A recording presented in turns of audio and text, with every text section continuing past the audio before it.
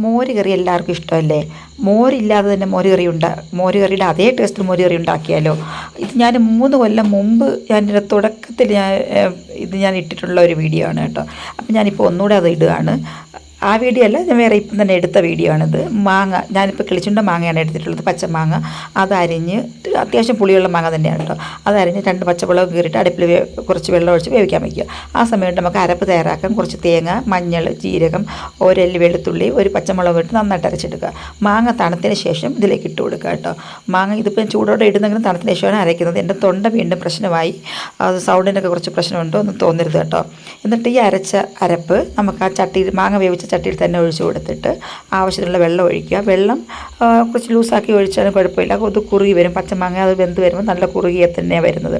എന്നിട്ട് ആവശ്യത്തിനുള്ള ഉപ്പും കൂടി ഇട്ട് കൊടുത്തിട്ട് അടുപ്പിൽ വെച്ചിട്ട് ഒന്ന് ചൂടാക്കിയെടുക്കുക. തിളയ്ക്കേണ്ട, നന്നായിട്ട് ചൂടാക്കിയെടുത്തിട്ട് ഓഫ് ചെയ്യുക. അപ്പോൾ ഇത്രയും മതി. എന്നിട്ട് താളിച്ചൊഴിക്കുക. കടുകും വറ്റൽമുളകും കറിവേപ്പിലയും മാത്രമേ ഞാൻ ഇട്ടിട്ടുള്ളൂ കേട്ടോ. താളിച്ചൊഴിക്കുക. അപ്പോൾ എല്ലാവർക്കും ഇഷ്ടപ്പെടും. മോര് കറി ഇത് ആർക്ക് കൊടുത്താലും മോര് കറി അല്ലാന്ന് ആരും പറയില്ല കേട്ടോ. അത്രയും ടേസ്റ്റ് ഉണ്ട് കേട്ടോ അത്. അപ്പോൾ ലൈക്ക് ചെയ്യാനും ഷെയർ ചെയ്യാനും കമൻറ്റ് ചെയ്യാനും മറക്കല്ലേ.